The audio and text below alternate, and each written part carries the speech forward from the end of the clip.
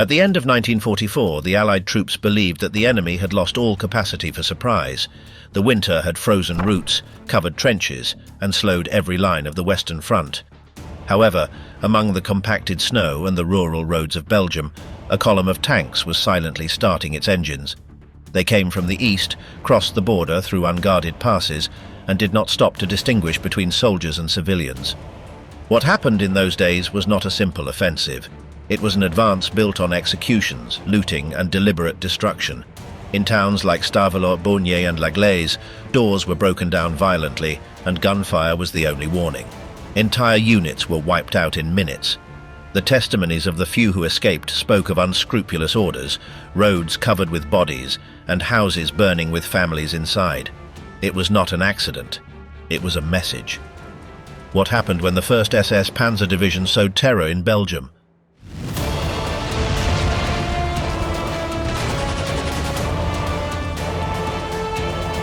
The hidden assault no one saw coming. In the final days of 1944, the situation for the German command was desperate. The Eastern Front was retreating under constant pressure from the Soviet army, and the Allied forces were consolidating their positions in the West. Despite the crisis, the leader of the Nazi regime ordered a sudden operation against Belgium. His purpose was clear: to divide the Allies and change the course of the war before it was too late. The area chosen for the offensive was a mountainous sector covered with trees and snow. The Ardennes, stretching across Germany, Belgium, and Luxembourg, offered a difficult yet favorable landscape for a surprise strike. The German command assumed that the terrain conditions, along with the winter weather, would prevent a quick response from the air. It was a high-stakes gamble, launched when reserves were at their limit. A tank column was designated as the spearhead in the planning of the attack. This unit gathered veteran soldiers, many transferred from the Eastern Front. It was the 1st SS Panzer Division, led by a commander known for being relentless and efficient. The order for this group was to break through Belgian towns, cross strategic bridges, and reach the road network leading to Antwerp. The operation required absolute silence. Thousands of men and hundreds of vehicles were moved without alerting the enemy. The movements were carried out at night, without lights, under strict instructions. Everything was calculated so that the advance would begin without the other side suspecting what was coming. The main person responsible for the offensive gathered his officers in a secret meeting. No one knew the exact location until the last moment. During that meeting, the complete strategy was enthusiastically laid out. The atmosphere was tense. Some doubted its feasibility, but no one objected. Everyone knew that refusal could have serious consequences. The group selected to lead the first part of the attack was the same that had been involved in hard combat months earlier. They knew the terrain, the equipment, and the pressure. Their advance did not include pauses or negotiations. As deployment details were being finalized, on the other side of the front, the calm was relative. Allied troops held positions under the impression that the enemy lacked offensive capability. Some reports warned of movements on the border, but they were ignored or downplayed. Confidence in an imminent victory prevailed. The armored column chosen to begin the attack included heavy models, expert drivers, and support units. They were organized to move forward continuously, even if they encountered resistance. The objective was not solely military. Their advance was also expected to spread confusion, fear, and chaos among those they encountered. The roads they would travel were neither wide nor in good condition. Many were dirt roads covered by layers of ice. The narrow curves, fragile bridges, and reduced visibility made the journey a challenge. Nevertheless, there was confidence that the element of surprise would overcome any physical obstacle. The mood among the soldiers was unlike the usual. For many, this would be the last chance to meet the expectations of command. The pressure came from above, but also from their unit's own history. They knew they were being watched. The outcome of their advance could define the future of the Western Front. Meanwhile, in the Belgian villages near the border, life went on with relative normality. No one imagined that in a few hours they would begin to hear engines, gunfire, and the constant noise of heavy vehicles. Allied patrols did not detect clear signs. The fog helped conceal the movements. The silence before the attack was absolute. During the night before the start, the German leaders sent out the final orders. The formations advanced slowly into position. The attack would begin at dawn, without announcement. The idea was to strike before the enemy had time to organize a defense. Failure was not considered. The plan only made sense if it was executed with precision and speed. The first to advance would be the reconnaissance vehicles, followed by the main armored units. Behind them, units tasked with securing the area and dealing with possible obstacles. In parallel, special commandos were assigned specific tasks: eliminate defenses, cut communication lines, and seize key points. All movements had to be simultaneous. The group leading the offensive had undergone tough training. Its members were known for not accepting surrenders. During previous campaigns, they had acted without hesitation. On this occasion, it was made clear to them that speed was more important than caution. Along their route, they would encounter soldiers, civilians, and key structures. The plan made no distinctions. Meanwhile, the Allies were sleeping. No alert had been issued along their lines. The idea of a large-scale attack in the middle of December seemed unlikely. Strategically, it was expected that the enemy would maintain its effort in the east. No one considered that it could launch a new large-scale attack in the west, much less in that mountainous area. The armored group chosen to lead the offensive was in position. The night was dark, the cold intense, and the ground frozen. The engines were running silently, ready to start. Routes, objectives, and schedules had been distributed. At sunrise, the first gunfire would mark the beginning of an operation that did not seek a partial victory.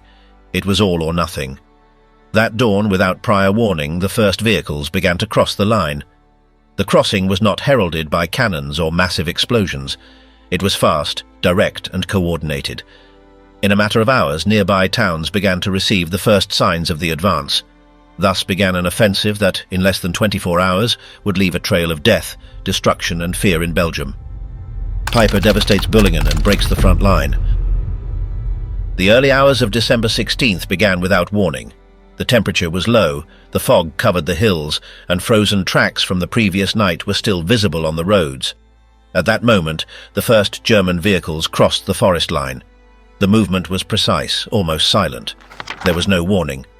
In just a few hours, the Western Front completely changed. The first troops of the 1st SS Panzer Division, under the command of Joachim Peiper, set out from Losheim. The route passed through small villages, snow-covered fields, and roads barely capable of supporting the weight of the tanks. The first objective was to reach the road junctions that led into the interior of Belgium. The order was to keep moving without stopping. Any obstacle was to be eliminated without hesitation. The enemy was not ready. The American troops were young and inexperienced in large-scale confrontations. In several areas, the attack was so sudden that there was no response. Some posts fell without a shot. The first serious combat took place in Baugnez. The resistance was minimal and was quickly extinguished. The vehicles were destroyed on the road, and the prisoners were captured without delay. Peiper's men had strict orders. Time was against them. Any pause could ruin the plan. Doubts were not allowed. Those who surrendered were seen as a hindrance. The first executions of soldiers happened that same day, on secondary roads, in open fields, beside abandoned vehicles. There were no questions or checks, only speed. The advance did not stop. A few kilometers ahead, the column split. Some headed toward Honsfeld, where they found fuel depots. They seized them without delay. Others continued along narrow roads, where they trapped undefended enemy vehicles. Trucks, ambulances, and jeeps were intercepted without warning. Their occupants were eliminated instantly. As the hours passed, messages among Allied officers became filled with confusing reports. Some spoke of small attacks, others insisted they were under full assault. The use of enemy uniforms, false signals, and roads taken without prior notice increased the confusion. Many thought it was an exercise or a mistake. In Losheimer Graben, the clash was tougher, but it was not enough. The German cannons supported the tanks' entry. The defense lines were overrun in less than an hour. There, too, prisoners were taken, and as in other places, were executed without delay. The bodies were left by the ditches, with no one able to retrieve them. Peiper's column kept moving. The order was to advance as far as possible before nightfall. Capturing junctions and bridges was key. If those points came under control, the other German units could move forward unimpeded. The chaos sown that first day had to last long enough for the entire offensive to take shape. Along the way, they encountered towns where civilians did not understand what was happening. Some houses were used as shelters, others were burned by tactical decision. No warnings were given. The order was not to stop. No structure was to remain standing if it could offer the enemy cover. By afternoon, the fog began to lift. The advance became slower, but it did not stop. The column reorganized, assessed its losses, and redistributed its resources. Some vehicles became unusable due to the terrain. Several tanks got stuck in the mud or lost wheels to poorly hidden mines. No rescue was attempted. They were left behind. Enemy casualties in those first hours were high. Several units were wiped out before they could report. In some areas, survivors fled on foot through the forest, disarmed and aimless. The technical advantage and coordination of the attack were evident. By the end of the day, the Allied High Command began receiving news of the attack. The messages were confused, but all agreed on one thing. Something serious had happened in the Ardennes. An unknown force had crossed the area and was advancing unchecked. The reaction was slow. At that hour, many bases still did not grasp the magnitude of the blow. That night, the column stopped on a high ground near Ligneville. From there, the next step was prepared. Peiper's command planned to advance westward. Maps were reviewed, tasks assigned, weapons checked, and fuel tanks filled. Some rested. Others reviewed possible routes. Meanwhile, the Allied forces tried to reorganize. Communication lines were irregular. Some positions were isolated. There was fear that the entire front could collapse if the enemy took the main roads. No one yet knew for sure who was responsible for the attack. That first day set the tone for what was to come. There were no pauses and no compassion was offered. The path opened by the spearhead group was marked with brutality. The message was clear. There would be no retreat, and dialogue was not an option. The advance had begun, and Belgium was in its path. Malmedy, execution of 84 captured soldiers. The morning of December 17th began with clearer air. The cold persisted, but visibility had improved. The German column leading the offensive advanced without interruption along minor roads, seeking vulnerable points in the enemy's rear. One of the objectives was the junction connecting Malmedy to Ligneville. The terrain was open, with frost-covered fields and a key intersection for the passage of armored vehicles. Meanwhile, an American mobile artillery battery was retreating along the same road. Composed of nearly 100 men, divided among light vehicles, they were transporting weapons, radios and supplies. They had received orders to regroup farther west, still unaware of the full magnitude of the ongoing offensive.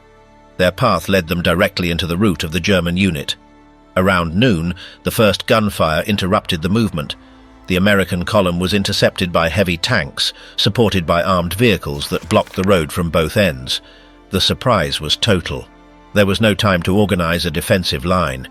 Some tried to get out of the trucks, others threw themselves to the ground, unsure which direction offered less danger. The German order was immediate: capture them without delay. The survivors were forced to gather in the center of the open field, under guard. Weapons and documents were collected, and the vehicles were searched for useful materials.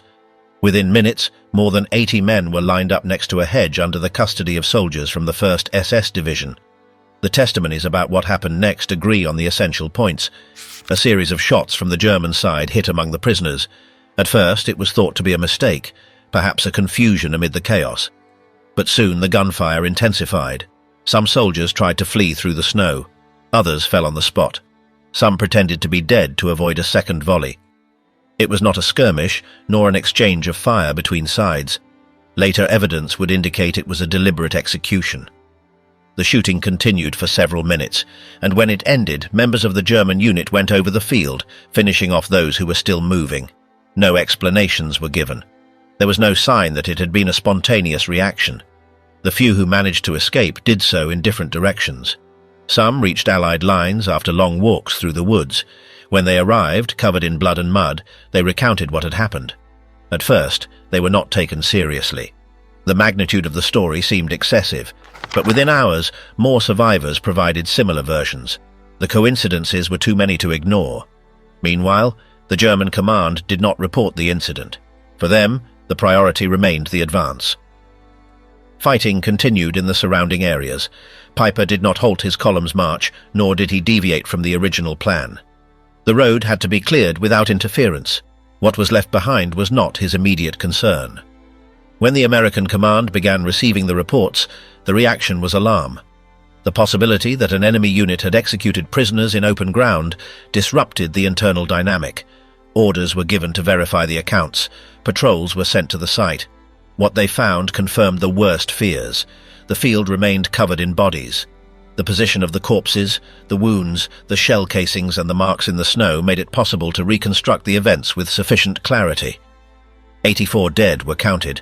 Most had gunshots at close range. There were no signs of combat, no indication of an exchange of fire, only execution. The news spread quickly among the Allied units. Within hours, what had occurred at that junction became known as the Malmedy affair. It was not the only place where abuses occurred, but its massive nature made it an immediate symbol of the brutality of the offensive. The reaction among the troops was intense. In several sectors, orders to take prisoners began to be ignored. High Command issued instructions to contain reprisals, but the emotional impact among the soldiers was profound. The perception that the enemy respected no rules changed the behavior in combat. The line separating military duty from the impulse for revenge began to blur. Internal investigations began almost immediately. Survivors were interrogated. Photographs were taken, remains collected, diagrams drawn. The site became a key piece of evidence in the effort to document the crimes committed during the offensive. It was not just about what happened at that point. It was the first concrete evidence that a particular identifiable unit had executed surrendered enemies. As days passed, the connection to Peiper's column became clear. Given the location, time, and the unit involved, there was no room for error. The responsibility pointed directly to the group that had led the advance since the 15th. Statements from some German prisoners captured later reinforced that line. Although the chain of command was not entirely clear, the involvement of those who executed the immediate orders was established. The dissemination of the incident also had political consequences. The massacre was included in official statements, mentioned in the media, and used as an example of the enemy's practices. The episode reinforced the Allied narrative of the need to continue the war until total surrender. It was no longer just about stopping an advance. A moral line had also been crossed that could not be ignored. On the ground, Allied troops prepared for further actions.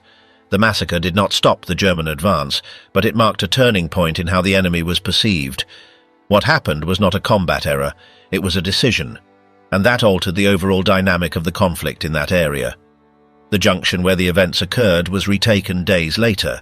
The remains were removed, catalogued, and sent to identification centres. Several of the dead remained unnamed for weeks. Others were recognized by their surviving comrades.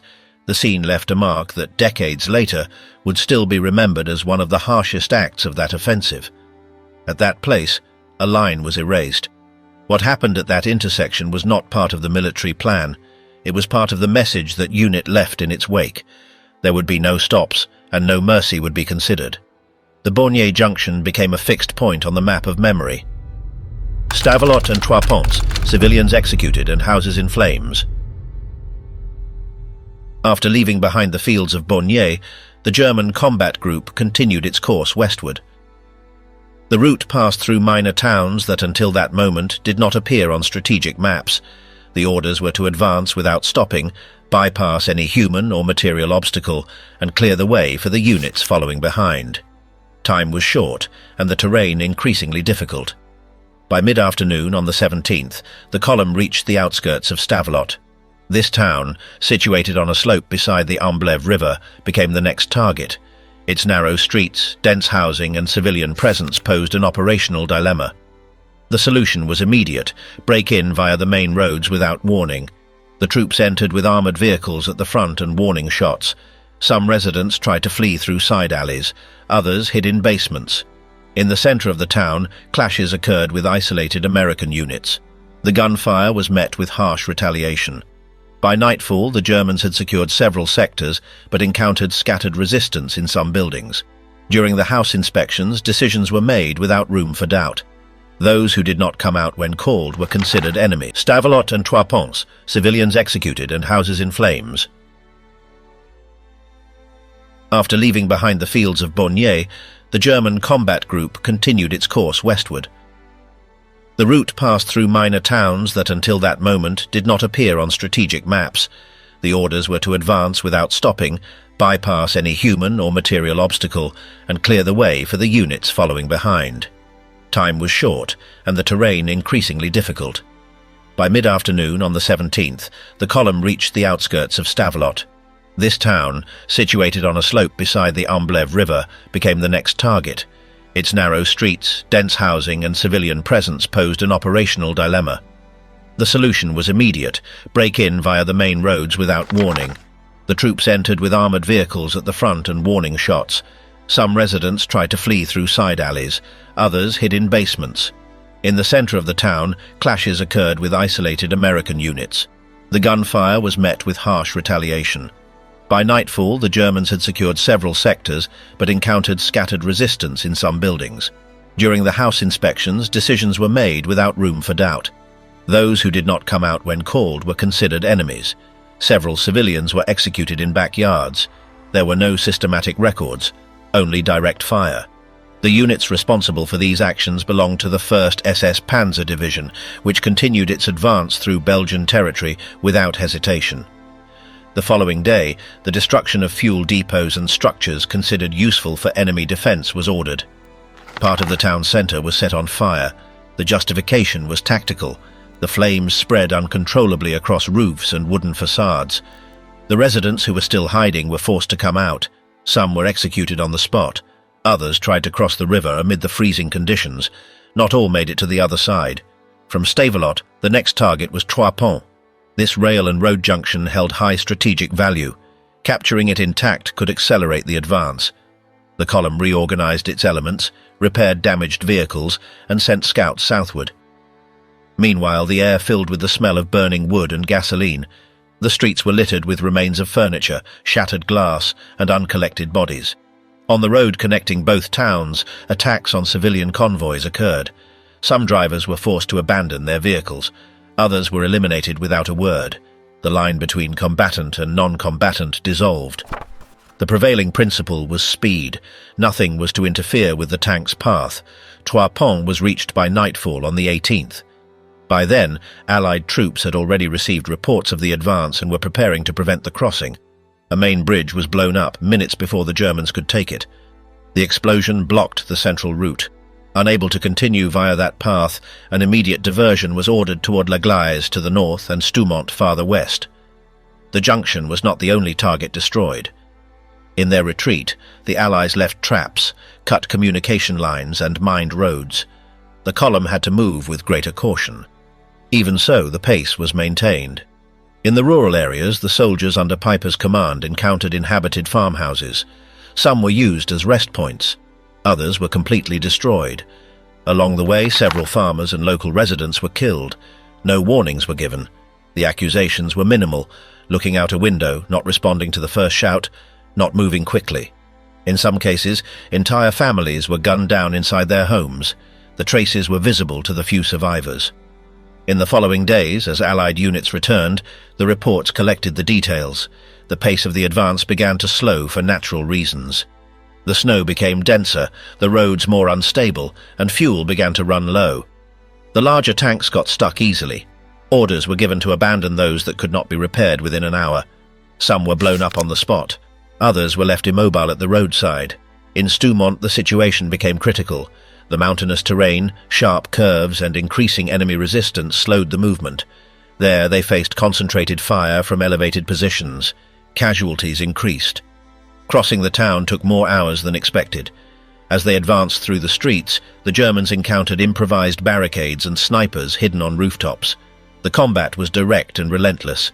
Stoumont's residents suffered the consequences. Several died during the shootings, others were executed in retaliation after ambushes. The dividing line between civilian and combatant became irrelevant. The German command considered any presence not neutralized to be a potential threat. During these days, alarm signals spread throughout the region. Some villagers fled west carrying whatever they could. Others sought refuge in churches, basements, or abandoned stations. No one knew which areas were safe. Columns of smoke visible from different points confirmed that the conflict had reached everywhere. Allied troops attempting to halt the advance could not remain in one place for long. The attacks were sudden, the roads unsafe, and communications irregular. Several units were surrounded or split. In some cases, survivors were executed after surrendering. In others, they managed to escape on foot through the snow. Conditions allowed neither pause nor containment. By the 19th, the group under Peiper's command had travelled more than 30 kilometres in a straight line, though the actual advance had been long.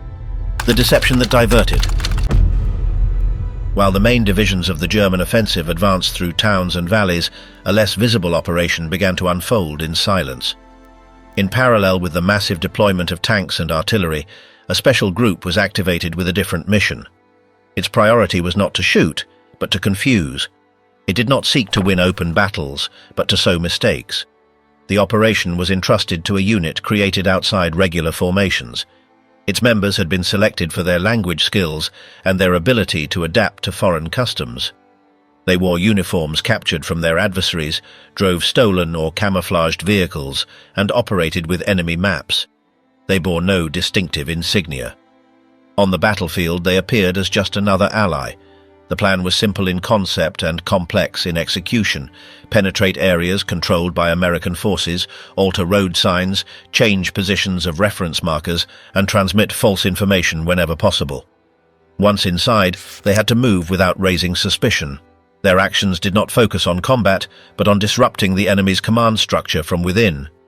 During the night of the 17th, several groups of infiltrators silently crossed secondary lines.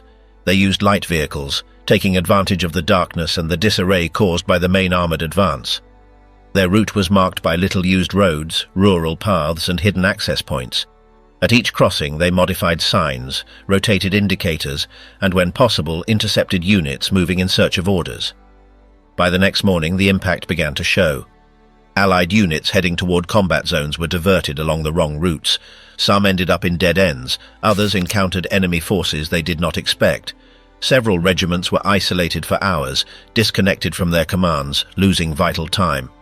The chaos intensified when infiltrators managed to get close to communication centers. Using known passwords or local dialects, they accessed critical information or triggered unauthorized evacuations.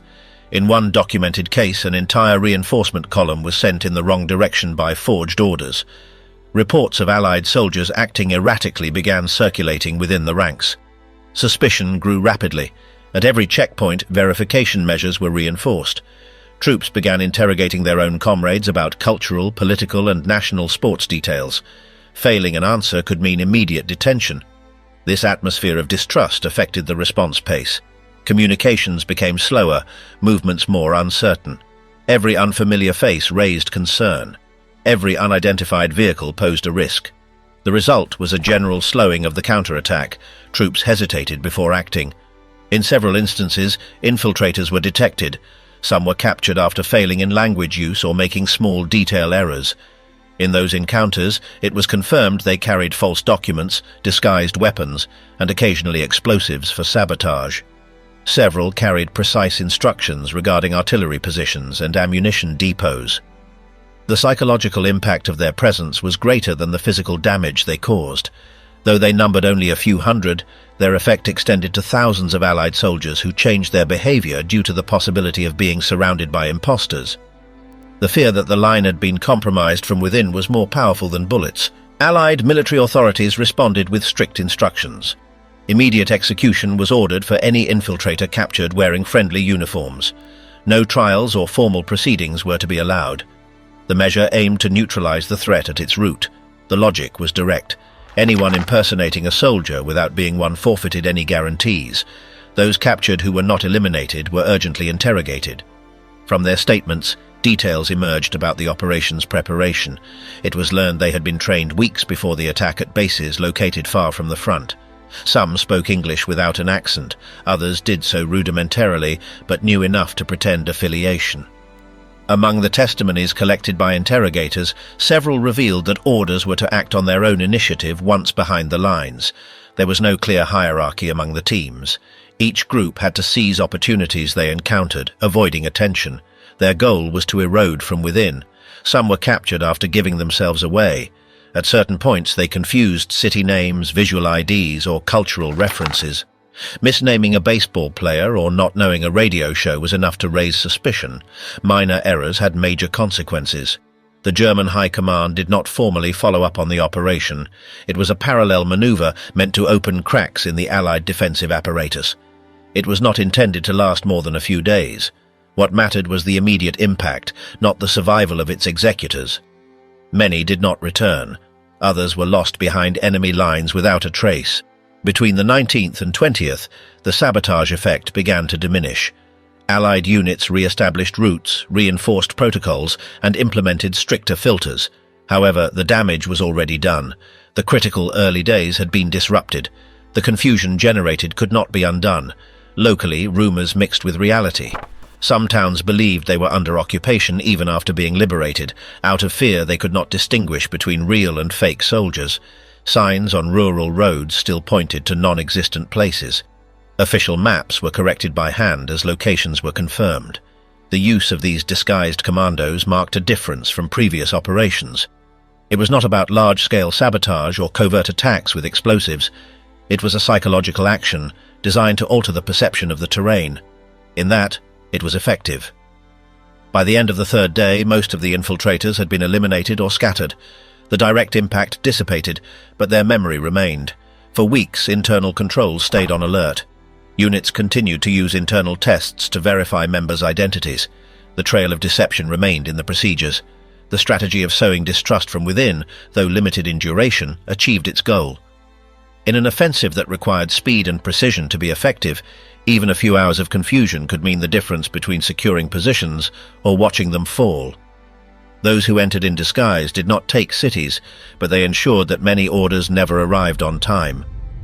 Gleize becomes a death trap for the offensive. After crossing Stavelot, the pace that had characterized the first days of the offensive began to break apart. The column leading the advance encountered increasingly structured resistance. The geography became more treacherous, the roads narrower, and the margin for maneuver diminished.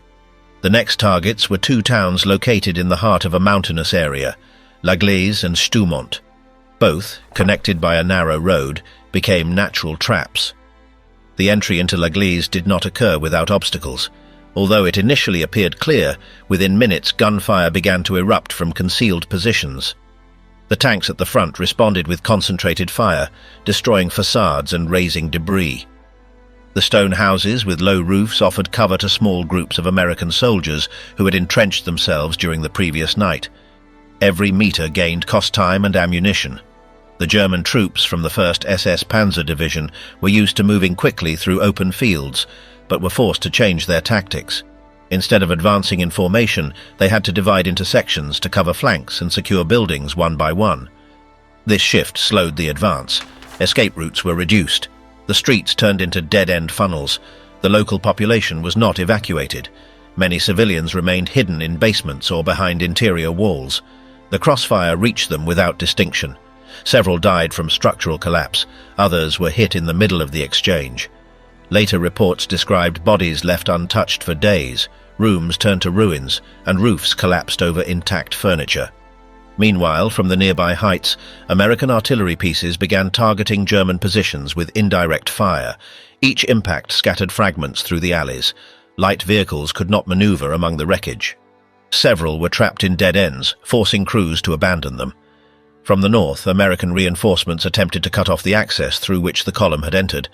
The objective was to prevent an orderly retreat. The German order was to resist. Defensive positions were established around the central square, the rail junction, and the elevated areas. Even so, the pressure was increasing. The situation was beginning to close in.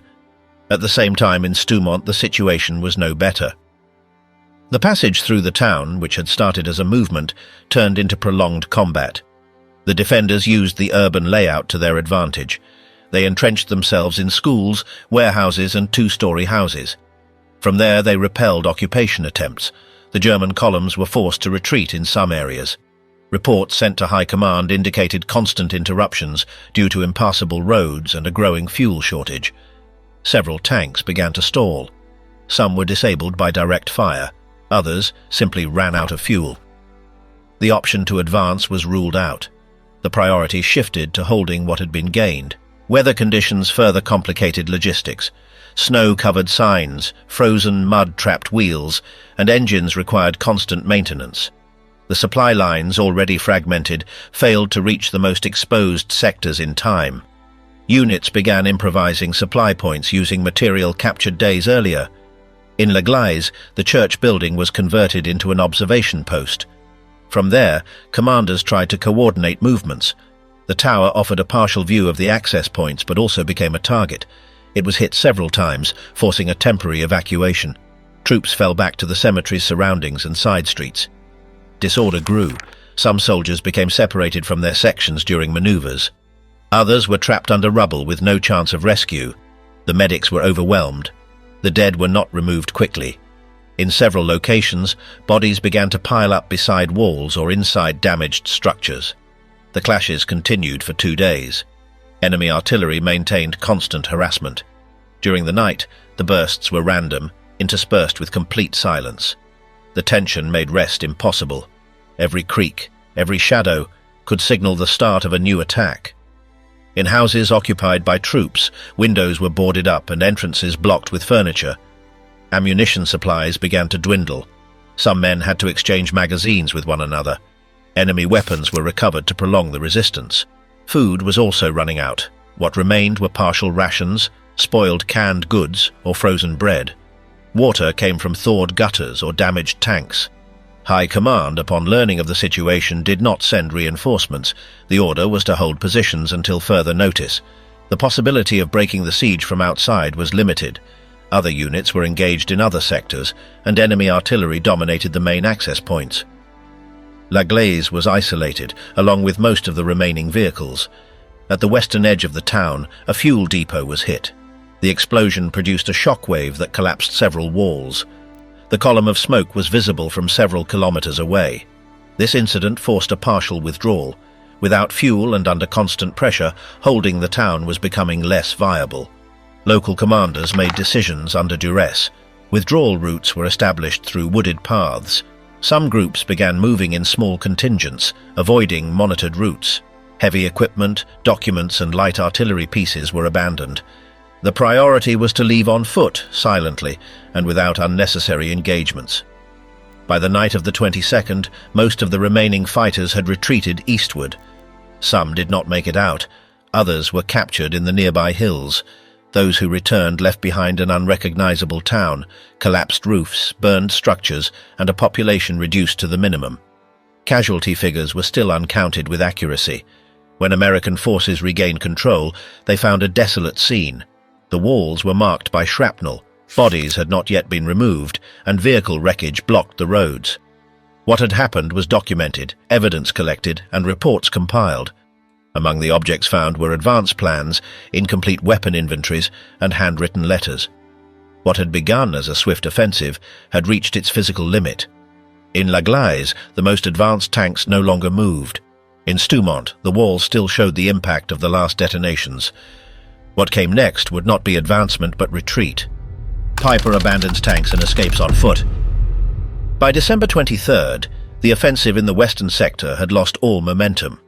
The most advanced units of the group, led by Peiper, belonging to the 1st SS Panzer Division, remained in Gleize, surrounded by forces that left no room for retreat.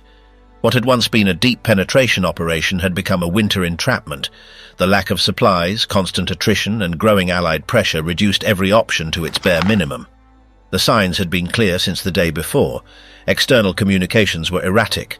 Reports from German command were vague or contradictory. On the ground, soldiers no longer spoke of advancing but of holding out. Fuel reserves were almost completely depleted. The remaining vehicles could no longer move. The heaviest tanks became static obstacles with no operational function. That day, attempts to open a route eastward were unsuccessful. Patrols sent along alternate paths were repelled by enemy fire. Allied troops had surrounded all known access points using artillery, snipers, and mines laid during the night. Any movement was exposed within minutes. The only viable option was to remain hidden and wait for an order that never came. Inside the perimeter, the atmosphere was tense and silent. Cold seeped through the cracks of occupied buildings. Rations were scarce. There was no heating, and medical resources were insufficient. Most slept on the floor or on remnants of mattresses. The wounded were treated with the bare minimum. Ammunition was rationed, and weapons were checked constantly in anticipation of a final assault. Strategically, the group had lost all offensive value. It could no longer move, break lines, or hold ground for much longer. Reports from command indicated that other units were also in retreat and that the overall offensive was beginning to pull back. The encirclement at Gleize was a direct consequence of this broader withdrawal. Isolation was complete. During the night, Peiper gathered his officers. Alternatives were discussed. The option to remain in place was ruled out. Allied artillery was intensifying, and the positions no longer offered sufficient protection. There was no way to withstand a coordinated assault. The troops were exhausted. Captured material was not enough to sustain prolonged resistance. The decision was made without drama. No speeches were drafted, no proclamations issued. The orders were precise: destroy everything that could not be carried and evacuate on foot to the east, using the terrain for cover. The withdrawal had to be silent, staggered, and without lights. Each man was to carry only the essentials. At first light on the 24th, the abandonment began. Vehicles were sabotaged with explosives or left beyond recovery. Radios were disabled, documents burned, maps thrown into wells or under snow. Light artillery pieces were blown up. Everything that could be used by the enemy was destroyed. The column on foot was organized into small groups, each with different routes. They moved along rural paths, avoiding roads and open fields. The journey was slow, exhausting, and dangerous. Several soldiers were left behind, wounded or unable to continue. Some were caught by enemy patrols, others hid in farms or abandoned structures, hoping to go unnoticed. Inside Gleize, what remained was a mix of twisted machinery, abandoned clothing, and frozen remnants. The burnt-out tanks, with open turrets and impact marks, lined narrow streets like metallic skeletons. The facades of houses showed signs of recent combat. Some were completely collapsed. Broken windows revealed empty rooms with dusty blankets and overturned furniture. When American troops entered, the scene was documented in detail. Every destroyed armored vehicle, every weapon found, every abandoned defensive position was recorded. Photographs were taken of the damaged civilian structures, unidentified bodies, and improvised trenches. The reports confirmed that the group had been neutralized as an operational force. The few prisoners captured offered limited information. Most were unaware of the overall situation at the front. Some did not know whether the attack was still ongoing in other sectors. Others appeared disoriented, convinced their unit would be rescued shortly. The reality was different. The encirclement at Gleize marked the definitive collapse of the offensive on that flank.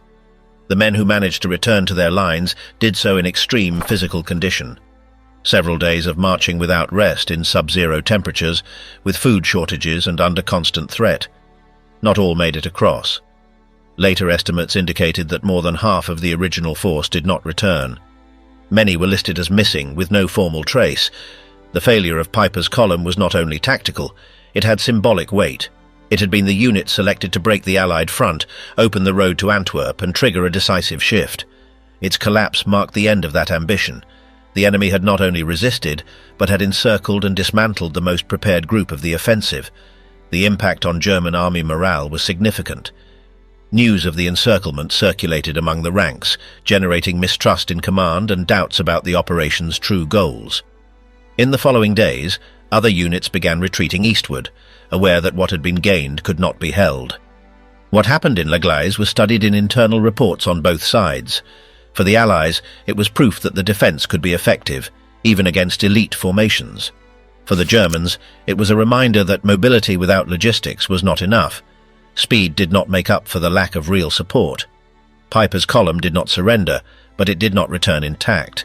It was dismantled by conditions, isolated by its decisions, and exhausted by the accumulation of errors.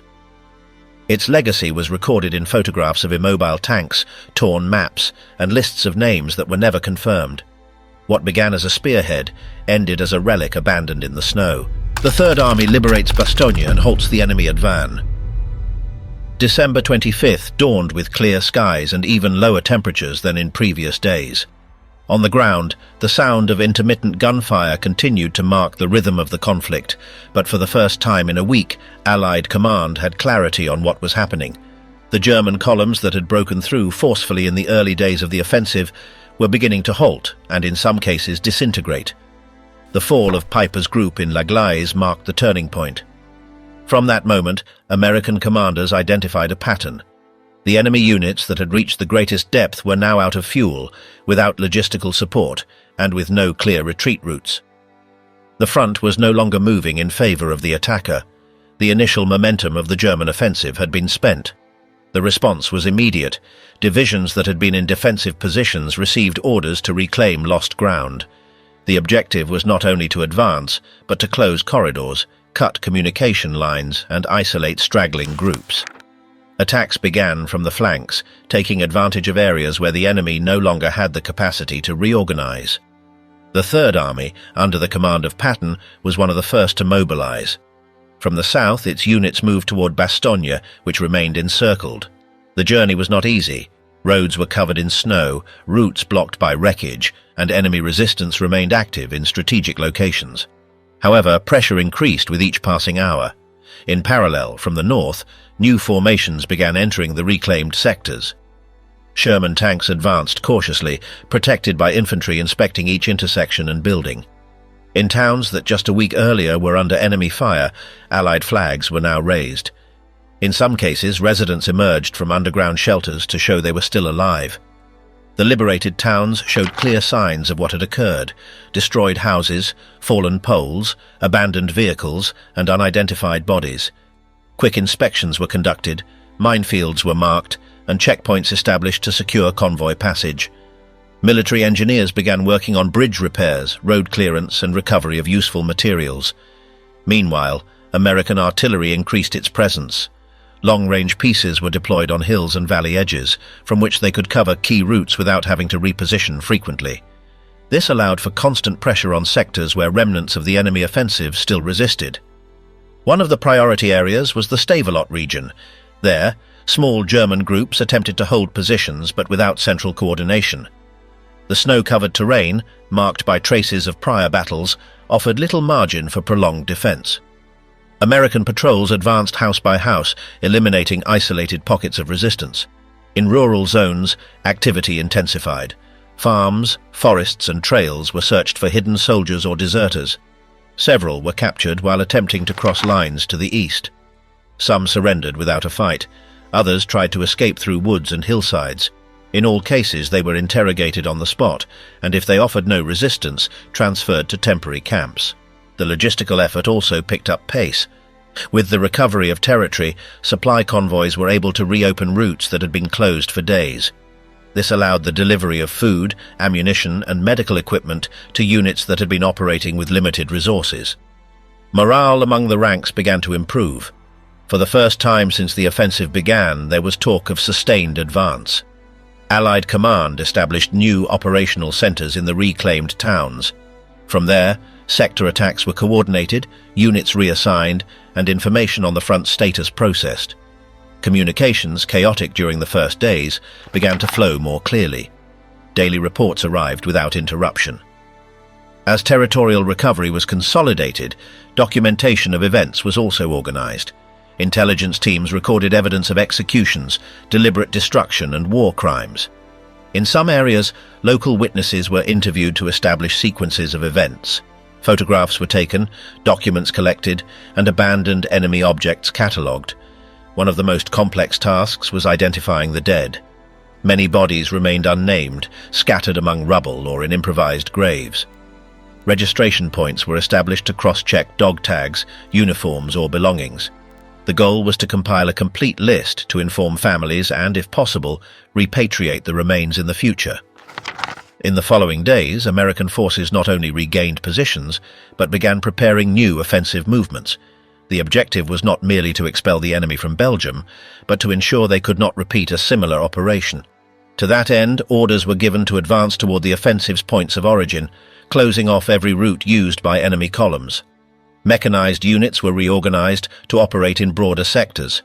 They were deployed in staggered formations with forward reconnaissance, air support, and artillery coverage.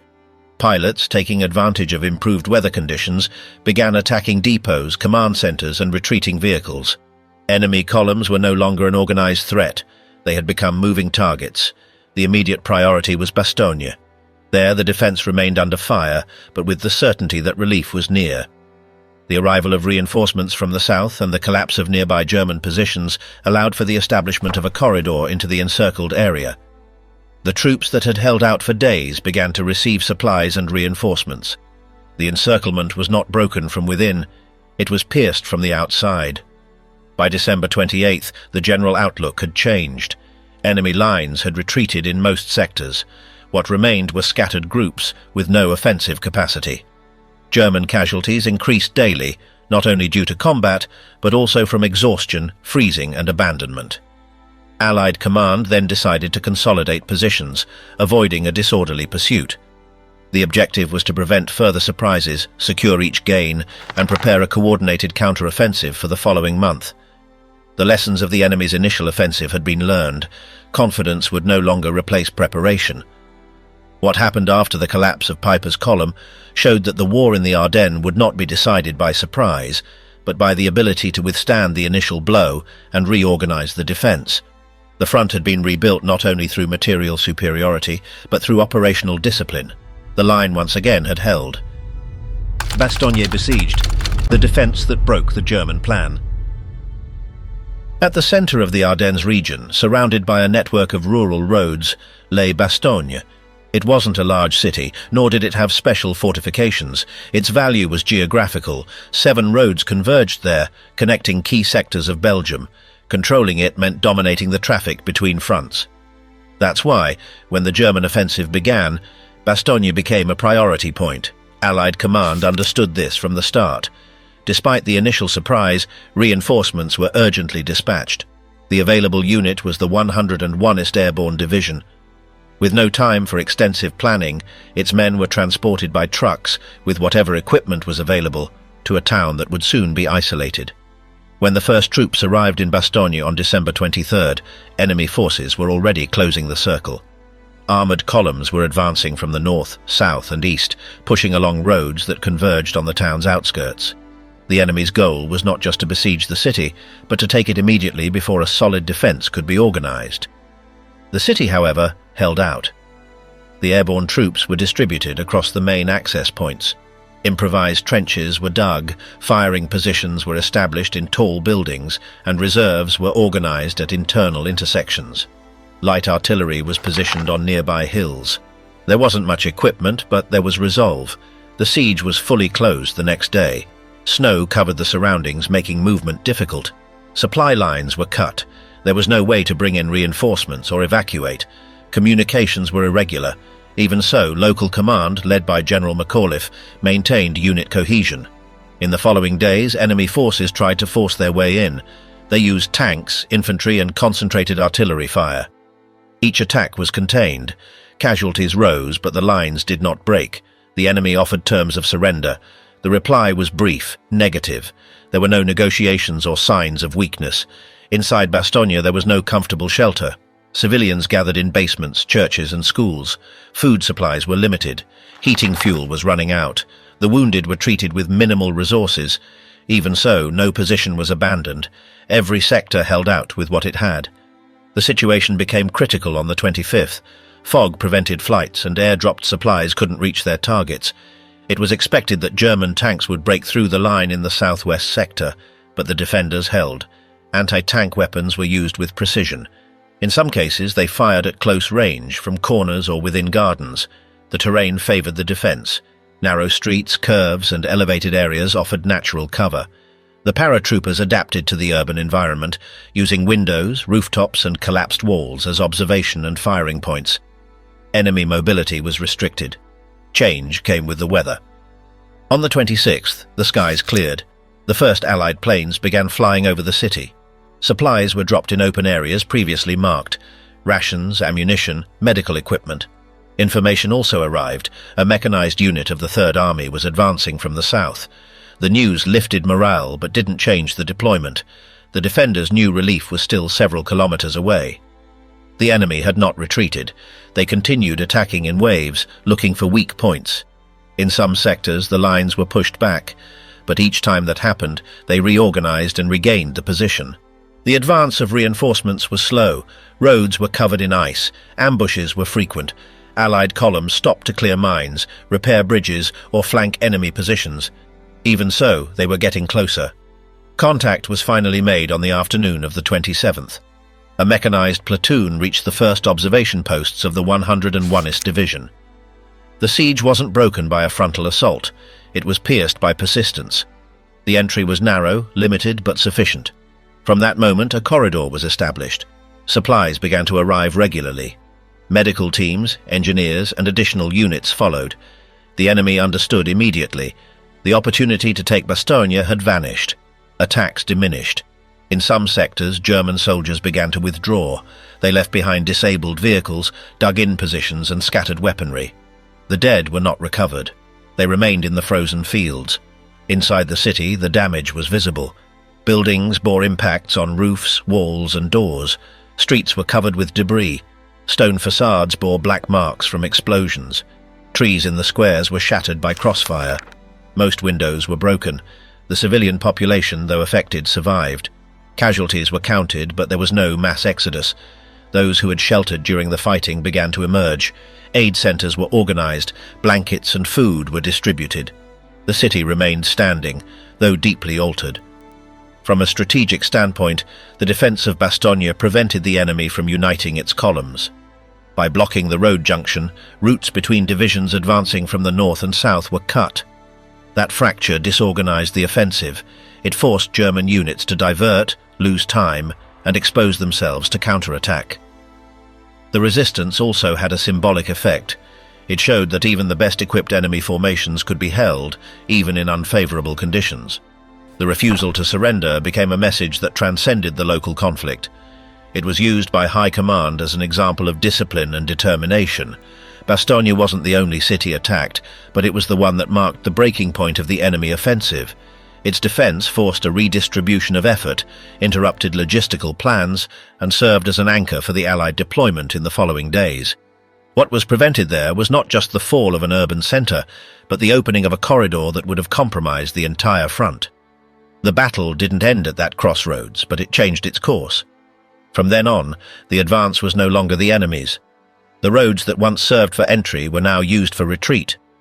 The marks on the walls were not erased by the thaw, nor were the days forgotten when the city, surrounded by 7 frozen roads, did not yield a single metre.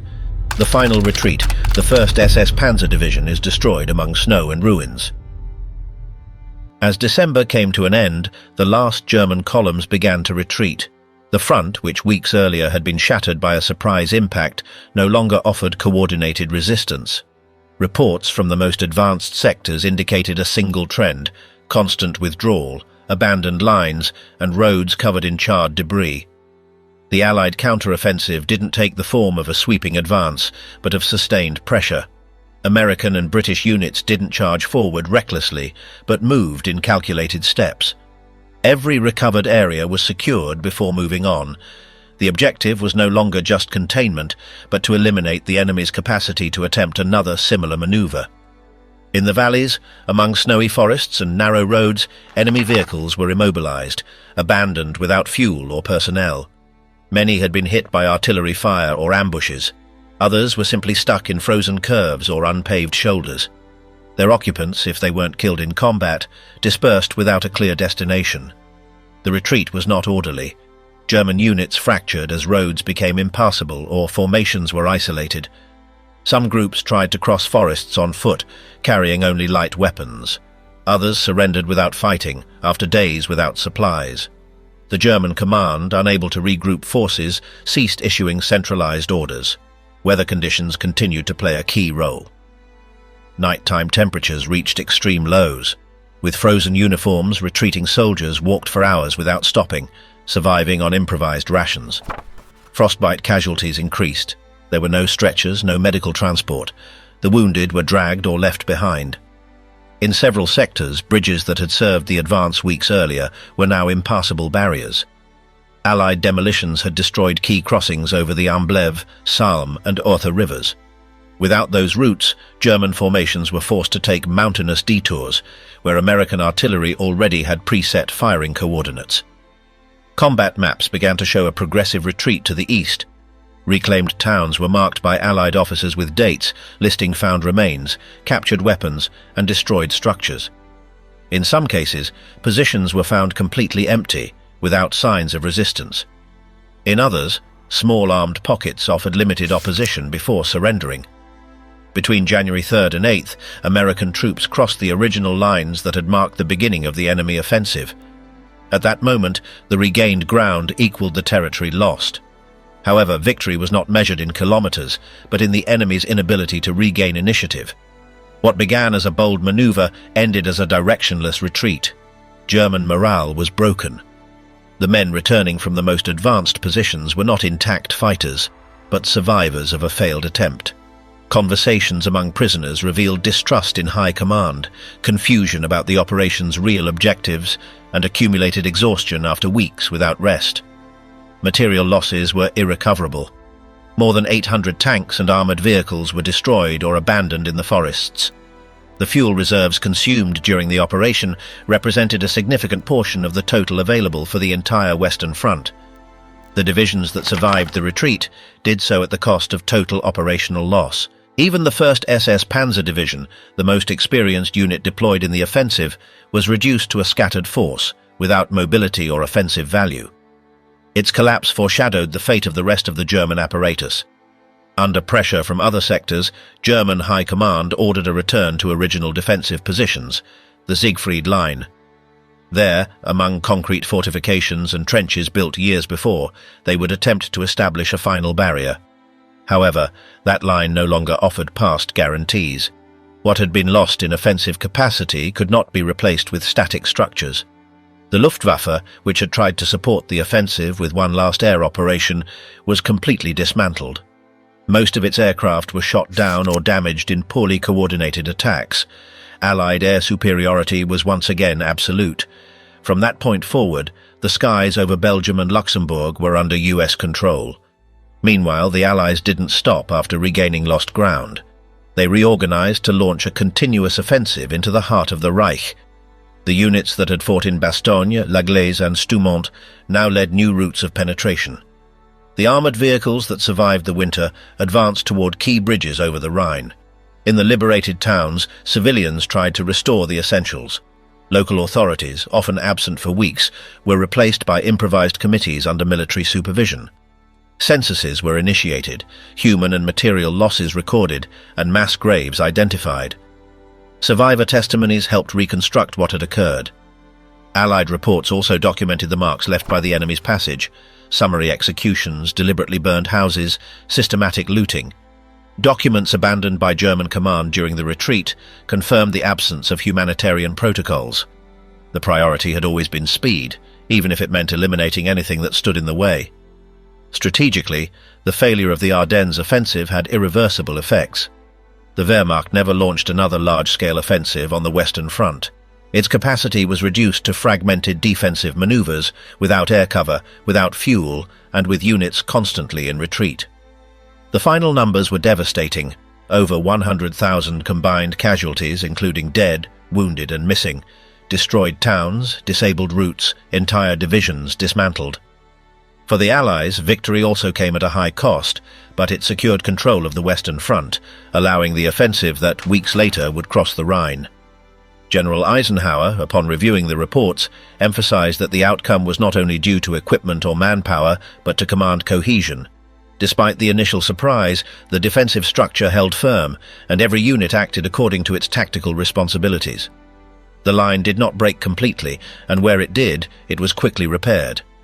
What was left after the retreat was a transformed region. Roads were deeply scarred, trees marked by shrapnel, churches turned into shelters or depots. Each village had its own stories, but one common point: the fleeting and destructive passage of a force that failed to achieve its goal. The Battle of the Ardennes officially concluded at the end of January, when the last enemy units crossed the Rhine toward their final positions. Silence returned to the valleys, interrupted only by the sound of advancing Allied engines. What began with a roar ended in flight. The roads used weeks earlier to burst into Belgian territory were now littered with ruins. They would not be used again. There would be no more offensives. Only resistance, retreat and waiting remained.